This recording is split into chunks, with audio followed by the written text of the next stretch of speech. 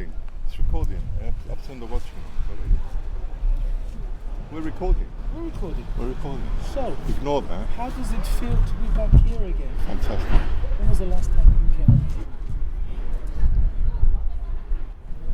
here? Probably about 10 years ago, I should imagine. I always come here actually, if I've got time. I spent a lot of my youth up here. I must have come here the first time when I was about 6, 7 years old, and I just fell in love with it because it's like you're in a forest, you know, and London isn't really a forest. So back then, a lot of people in the community, this was because they would come and do Souvla. I'm sure they can't do things like that now. I'm sure they did more than Souvla. Yeah, probably. And we used to come here with uncles and aunts and have picnics and things like that. Wonderful memories of this place.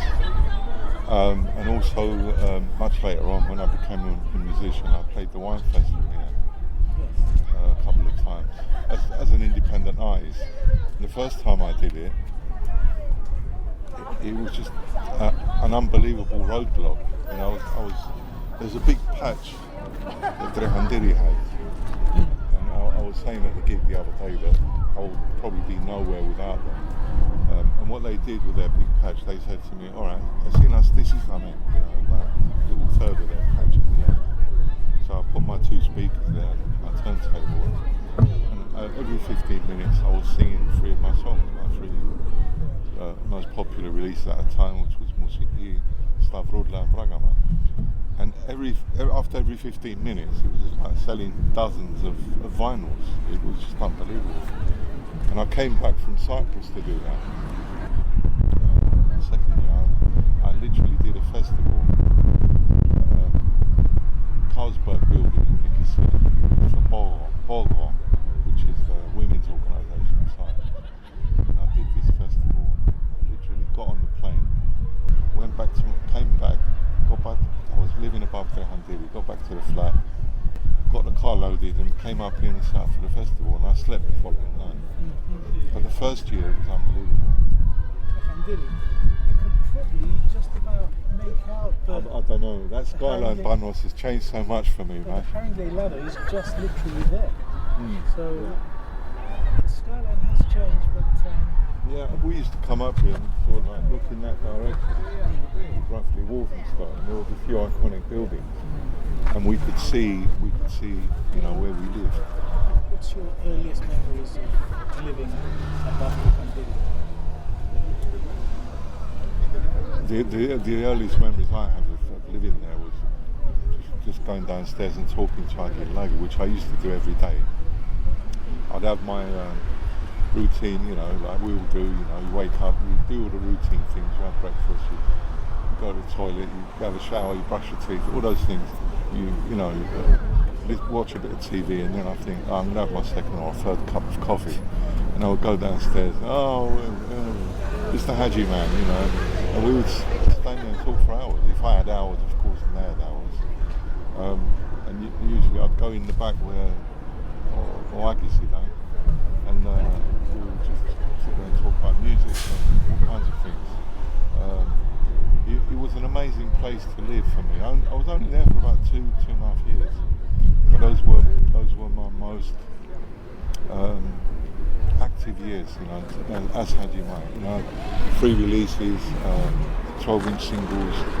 I did loads of festivals. I was touring all over the UK. I wouldn't say I was just a community artist. I played things like WOMAD, Winter WOMAD in Brighton. I was touring with really famous poets and artists like Lem Sisse, Fundamental, Brother Nee.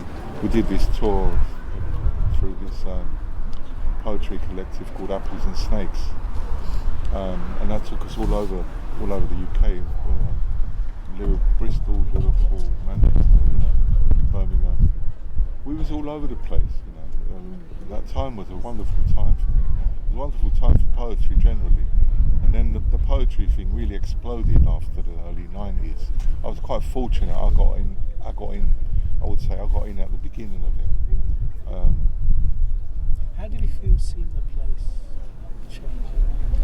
feel a bit weird. Painted black. Painted black, yeah. You're used to going there and seeing... What's the song there, you know, Bread Trehandiri is now painted black. Well, it's progress at the end of the day, you know. I think people move on, you know. Our memories will stay with the way it was. You'd see all those hundreds of LP covers and then the slogan, you know, the biggest collection of Greek music anywhere in the world, which was actually nothing fake about it. It was absolutely true. Greek artists used to come there and buy their own records. Jimmy's Panos came in there once with an anorak on, so he couldn't be reckoned. I missed him by 5 minutes. I was gutted about that. And like he saw him, and they started talking a little bit. So he actually went there to buy his records, which had been obsolete.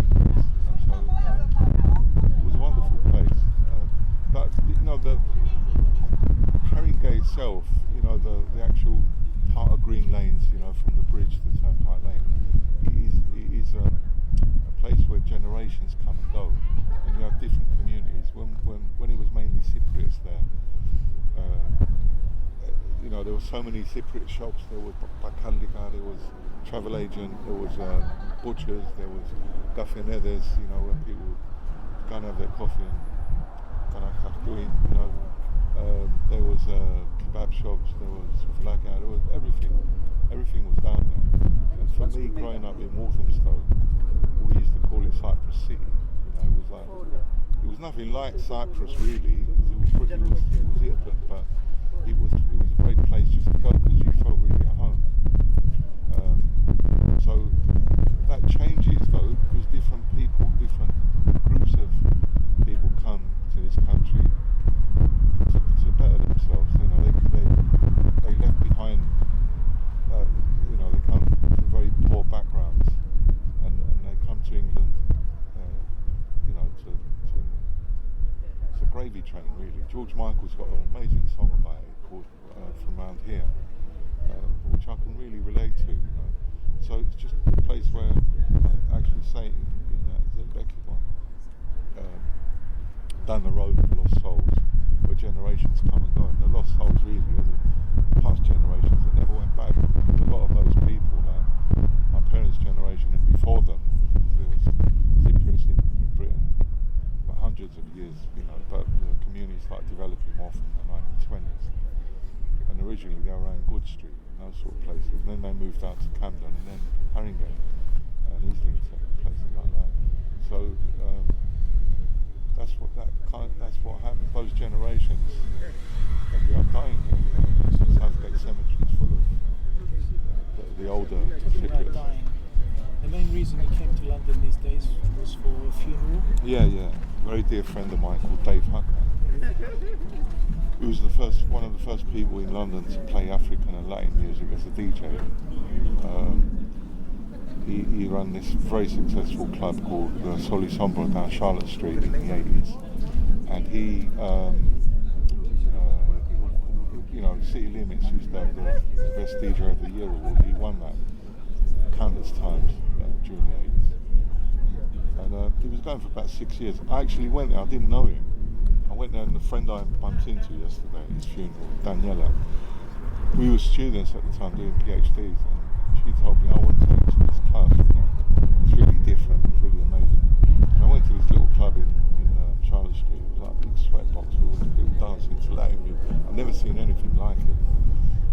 She was the first person to take me there, and I thought this DJ is wild. You know? He was playing everything. He was playing a bit of reggae, Latin, African, blues. You know, he always finished on a song called "This Is the Last Call for Alcohol This Evening" by Laura Lee, and it was just an amazing sort of jazzy old R&B number, and that was a good send-off. Yeah, and they played that yesterday after the ceremony. And it was just a fantastic gathering in his honour. He was a very dear friend of mine, and we DJ'd a lot together in the mid to late 80s. We did a few regular nights down the West End. There was a place called El Mundo. Then our more successful thing was a place called In the Pocket, which was at Charlie Wright's in Hoxton, round the corner from Straight No Chaser. That was a magazine that we wrote for. That's where I met Dave properly. Many years later, after I went to the Soul Ensemble, about 88, when I first started making my first little steps in independent music. We became the best of friends. In the Pocket was a wonderful place, a pub called Charlie Wright's. And we called it In the Pocket because there was no dance floor, there was a pool table. And we set up these two 15-inch bass bins in the pub and just played music, and very eclectic stuff, me, him and my friend Kushan. And it was an East End pub run by an African publican called John, who I lost touch with him when I went back to Cyprus. He was actually the first African publican in the East End, which was a big deal back then. It reminded me a lot of a pub on Albert Square. It was a really, it was all very odd because I used to go there and set up the equipment about 4 or 5 o'clock.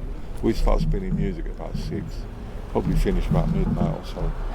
And if you ever went there too early, you'd get the regular clientele, and like East End kind of people, and all kinds of weird things would happen. Like a fight would break out. Some guy would punch someone in the face, break his nose, and he'd just carry on drinking the beer, And he'd say, "Yeah, but John, I didn't sleep with your wife," and bang, hit him again. And it was just such a surreal place to work. But, parallel to that though, I did a lot of weddings. I used to do Greek weddings, and that was probably the way I earned more money as a DJ. I used to love doing Greek weddings back then because I played Lega. That's my favourite music. I wouldn't do it now because you can't play that music now. London Cypriots back then, that's the music they were into. So I went all out on it. I was playing just vinyls. And Dave was the sort of guy, if I found a song by Gazangiris and I said, "Oh, famous Greek artist," he's going to buy the LP, He had a very wild and eclectic selection. His record collection is up there with John Peel, He's got thousands and thousands of records. And he only ever played on vinyl and CD. He refused to play MP3s. He's a great guy, and I'll miss him. Very much. We used to see each other occasionally, but we talk more online.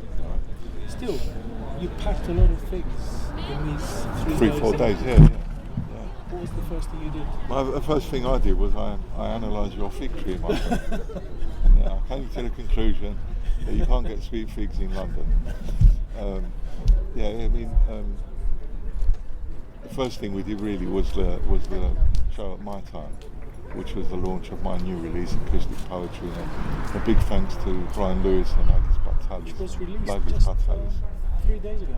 Yeah, it was released on the 30th of June.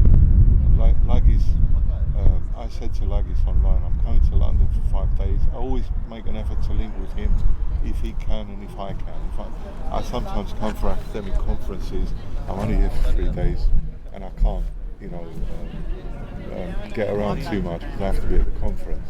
But when I have time, I always see Michael Barros, and he said to me, "I'm glad you told me this because I'm actually going away." So he rescheduled his holiday, and he said to me, "Why don't you talk to Brian?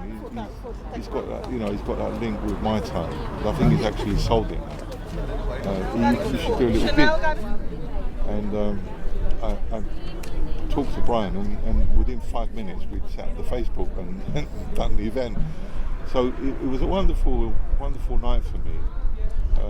And there was a serious collection of people there that had followed me for a very long time, and understand what my complexities as an artist, because I'm not straightforward. I don't stick to one thing.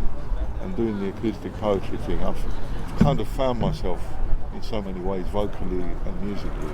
And there's nothing like a North London audience from there. It must be North London.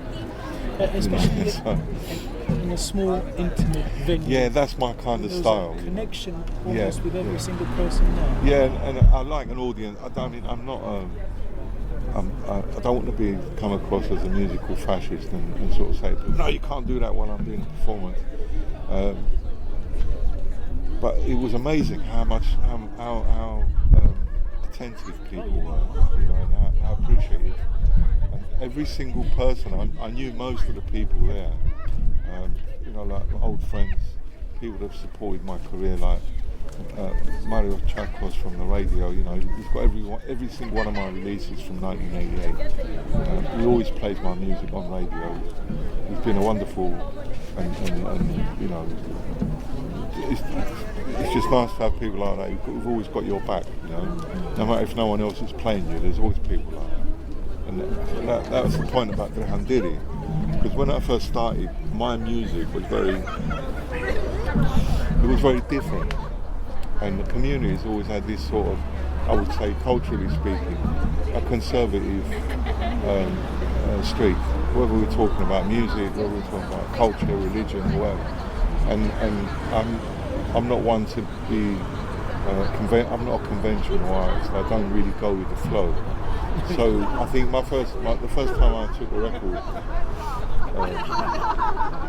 to be played on the radio stations at that time, it was LGR Inspection.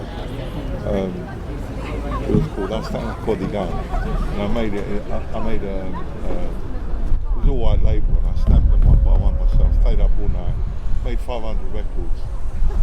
And I got a loan from Bank of Cyprus in Green Lanes. I went to see my manager. I told him I want to make a record label. And the 50 again, he was and all this. And within 2 months, I'd paid the loan back. And I sold most of those. But I think a lot of people didn't want to recognise that cigarettes take drugs, which I've always found a bit funny because I knew so many people that did. And not just you know, being serious about it. There was a serious drugs problem, and I grew up in that environment thinking it's good to say something about it. I don't think I was really ready for it with that song, production-wise either. And it was produced by a friend of mine called Andrew Harvey, and he did a wonderful job on the production side of it. But in terms of the lyrics and in terms of the way the bouzouki was recorded, we didn't really know what we were doing. And then I linked up with Sugar, and he said to me, "Look, you've got a great idea, but you know you need to refine it a little bit." And parallel to that record actually got me on British TV. I was featured on a BBC programme called Rhythms of the World. And on Rhythms of the World, which was on BBC Two, with a woman called Jenny Kafka, who was a wonderful person who really helped me in so many ways. Just to get on TV was a big deal back then, you know, for an independent artist. So I found ways of doing things independently. And I realised that the British media, if you pursue it, you would always find someone somewhere who's going to say, "Yeah, I like that. Do you want to do a radio interview?" And I got on that TV programme, and it really changed my life. And Sugar was on it with me, and the music was produced. At that time, I did a collaboration. It was my second single, Musiki, on Kebab Culture Music. And it was produced by the late Simon Emerson, who was one of the founders of Working Week and Afro Cult Sound System. And at the time, Simon was really interested in this reggae song called Murder She Wrote by Sloan Robbie. It was Chakademus and Pliant, but Sloan Robbie did the music. So he said to me, "How do you fancy doing a Cypriot version of it?" And I thought, that's pretty good, you know, because he'd heard me, I got it wrong actually, he'd seen me on TV. And I bumped into him somewhere at a record company because I was doing a bit of music just the Straight Man Chaser. And he said to me, "You're that Haji Mike geezer, aren't you?" And I said, "Yeah, oh, wonderful to meet you, Simon Booth." I said, "What, Lee Simon Booth from Working?" He goes, "Yeah, I've got your 12 inch. Do you fancy working together?" I thought, huh? He's a wonderful guy, Simon. I really miss him dearly. He passed away earlier on this year. So he did this weird and wonderful version of Murder She Wrote with me doing lyrics. And Sugar, what he did with Sugar's bouzouki is he sampled it. So we went to his basement studio. It was in Newton Green somewhere. And we went, it was like one or 2 hour session. He had this very pioneering recording system. I think it's called Sadie. If I'm not mistaken, where you could actually record live musicians and sample them. And these things now are dead easy. You can do it on you can even do it on your mobile phone. But back then it was really high-tech technology. So Sugar played loads of stuff, and I did the vocal, and then he said to me, right, I'll tell you what we're going to do. We did a demo vocal, and he said to me, I'll tell you what we're going to do. We're going to go to Island Records with this, and you're going to do it as a demo, and we'll get them to fund it. And I thought, what, me, Island Records? No, don't worry about it, I'll do it. And because I got that, I got a publishing deal with Swan-Yard. It's for those singles, Stavroudla Musiki, Vragoman and Chakalamak. I had a publishing deal. So what that basically meant was I had free studio time, but they took part of my publishing. So we went to Sugar's, did all the pre-programming, the Prodi Marcia, and then we'd go to the studio. So a lot of things happened from that one TV program. And then after Musiki, I did a lot more things after that. I did a lot of festivals, WOMAD. I was gigging all over the country. Sugar came with me sometimes. We had some amazing times. We did this gig once in Birmingham. Saturday night, I said to Sugar, I'll do the driving. We got in my maxi and we drove to Birmingham.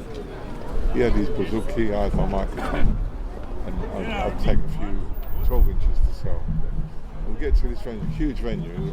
Got bloke we organised with a very dear friend, Stephen Williams Heath. I must say, he's been a supporter of mine ever since. And he's the guy behind UK Vibe, which is the mag that came the other night with Michael doing the interview. So we go to Birmingham, we got this massive hall, it's a Saturday night. We don't know there's another gig, big world music gig on the same night, so there's hardly anyone there. And there was about 30 English people. It was a huge hall, but only 30 English people in it. So it was a very weird gig. And they were like all boozed up, basically, and very racist. So when we got on, there was another band there, they were like jazz funk band, I can't remember the name, but a guy I've got a lot of respect for was in it called John Sitman. He's a stand-up comic, and he's also famous for being a Teletubby. So you would know him for that, but you wouldn't know him for that sort of thing. People know, Teletubby fans would know him for that, but most people know him as a stand-up. But he was also in bands. So I met John from there as well, and we got on stage. And the minute I started introducing what I do, like, oh, get the fuck off and all this sort of thing, they didn't really want us to be on it. And after the first song, they were just annoyed. So in between takes, we was talking in the most Vareda, insulting Cypriot dialect. We had a right laugh, me and Sugars. They didn't understand the word. Get off, we don't like this mumbo jumbo. You know, we don't support Daligamas. And in the break for that, in the intervals, we did 2 sets. We went in the changing room, and Sugar said, "This is like we're playing for a bunch of rednecks, really." And he started doing this little line on the bouzouki, and he